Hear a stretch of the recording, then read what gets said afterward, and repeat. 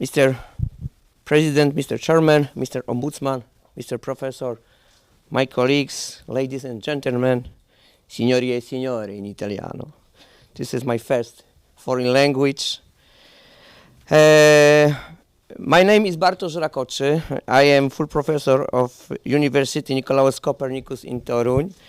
And if you know, my surname is typical Hungarian. I asked my father about origin, and he could explain to me only 3 generations in the past. The story of my family and why my name is typical Hungarian, and I can feel here like it my country, of course, according to my surname.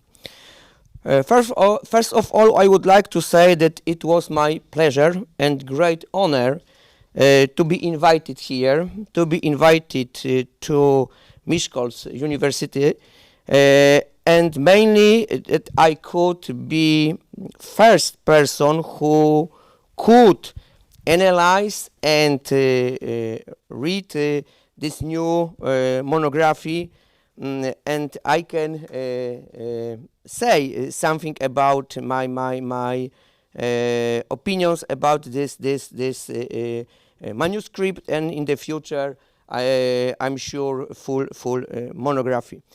The title of this book is Constitutional Protection of the Environment and the Future Generation, Legislation and Practice in Certain Central and Eastern Europe countries. I would like to say about 4 principal questions is this monography. First, constitutional protection of the environment. Second, the constitutional protection of future generation. Next one, legislation, and last one, practice in certain. It was great pleasure to read this book, because this is the book who go in the future in very quick, in very courage way. Why? First of all, one of the very important fruit of this monography is to be focused on the constitutional protection of the environment. Professor compared in speech different regulation in the constitutional level between Eastern and Central and Eastern European countries, showed us different ways to regulate the same question. But I think that very important final conclusion of this constitutional is to express in very clear way how important in modern, in present constitutional regulation is to protect the environment. For example, let's try to compare in more general way, not only the constitutional regulation between in European, Central and Eastern European countries, but in different countries of the Europe.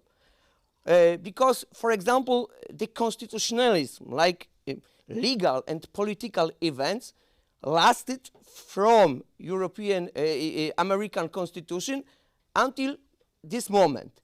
And when we want to compare the constitutional level, look, final result is so. Even so, environmental country like Norway, Sweden, Finland, Germany. I don't think about exactly about Italy, because you know that the level of the environmental protection is so. However, they have constitutional elder. Why?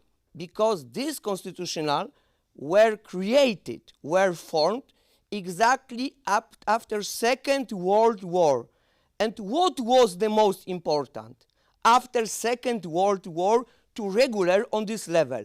Human freedoms and rights, because we know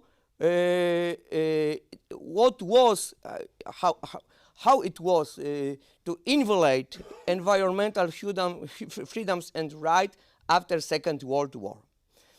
European central countries and Central and Eastern European countries has one element common for every constitution. There are completely new constitution, new level, new ideas of the constitutional regulation. And these constitutions are open completely to regular new problems. But what is the newest problems? Now, environmental protection.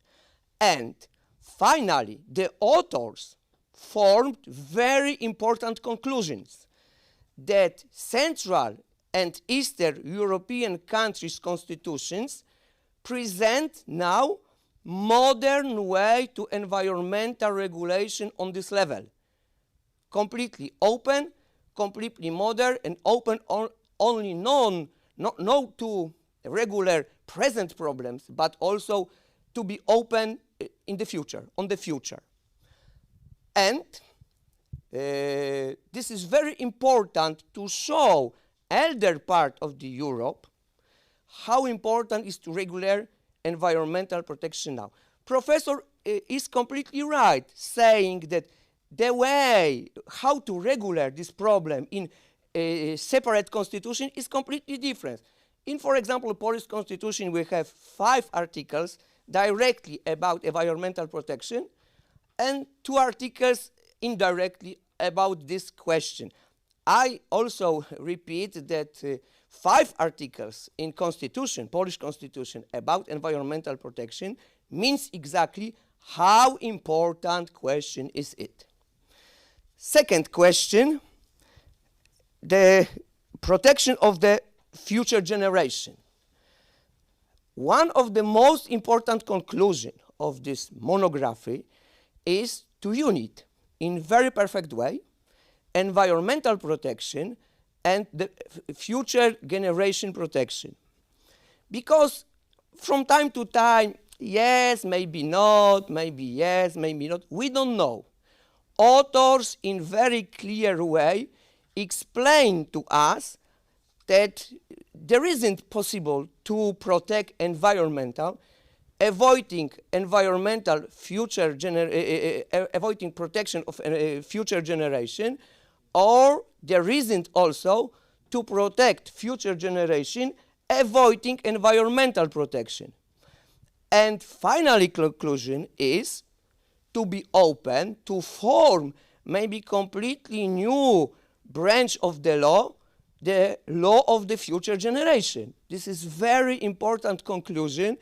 I think that when we try to recommend this book, this monography, not only in Poland, but in the Europe and in the world, how it's possible, this monography opens us to research completely new direction in the law of the protection of the future generation, together, of course, with environmental protection.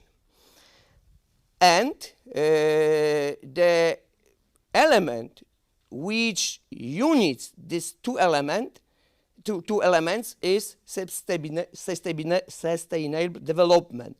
Lo sostenibile sviluppato in italiano, zrównoważony rozwój in Polish. But I would like to say that in our legal system, in Polish legal system, sustainable development is like the principle of the law. There isn't only idea, but this is legal principle regulated on constitutional level. Article 5 of Polish Constitution explains exactly to us, regulars, exactly the environmental protection with the sustainable development principle. This monography focuses on how to unite environmental protection with the protection of future generation, and finding in final conclusion that this idea which can unite two elements is sustainable development, demonstrating occasionally new research, new direction of the research in the future. The third element of this monography is legislation and final practice in certain. Legislation. I can say that a lot of professors' ideas, de lege ferenda, will be very important to show the direction of the develop new research, new regulation, if we want in a responsible way to protect the new generation and the environment. And this level of the legislation is very, very important because now we can observe also in Poland very, very difficult problem if the quality and the quantity of the law. Because Polish legislator has a lot of problems to describe in legal language natural events. Because, for example, professor will speak about water right with the country perspective and European Union, but, for example, how difficult is to describe, for example, water problems according to legal language. And, for example, this open question which professor formed, how to define the environment, is open, is current. How to describe, according to law, the environment and natural resources. And I hope that maybe your center, your university, this group of ours will analyze this problem in the future, because the better definition of the environment, the better protection, the better definition of nature, the better protection, that sort of things. And last one element which I would like to say something about, practice in certain. Final conclusion of this monography is so. In the practice, there is a very big difference between practice and theory, and legalism and practice. We discussed here about the Constitutional Court, Trybunał Konstytucyjny in Poland, Constitutional Court, how decisions could be created contrary the environmental protection, for environmental protection. It doesn't matter, because you know that not only law decides finally about final decision of this constitutional regulation. And summary, I would like to say that this book, Constitutional Protection of the Environmental and Future Generation Legislation and Practice in Certain Central and Eastern Europe countries, is not only very interesting book, but also very, very important. This is so fresh voice of the science, which can open completely new directions for environmental protection law, constitutional law, administrative law, international law, European Union country law. Why?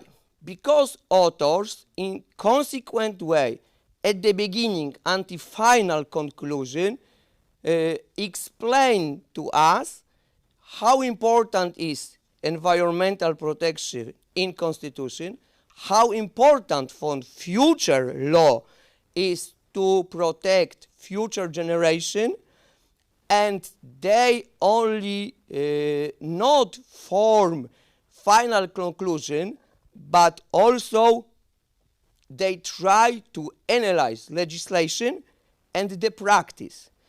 In this way, they supplement theoretical level thinking, doing this monography in final conclusion full. And I can say sincerely that it was my pleasure, real pleasure, to read this book. And thanks to this monography, I could also open new legal ideas which couldn't be clear for me before reading this book. I would like to say that I am very grateful for you that thanks to this monography, I think that also environmental protection law in Poland will go quicker, forward new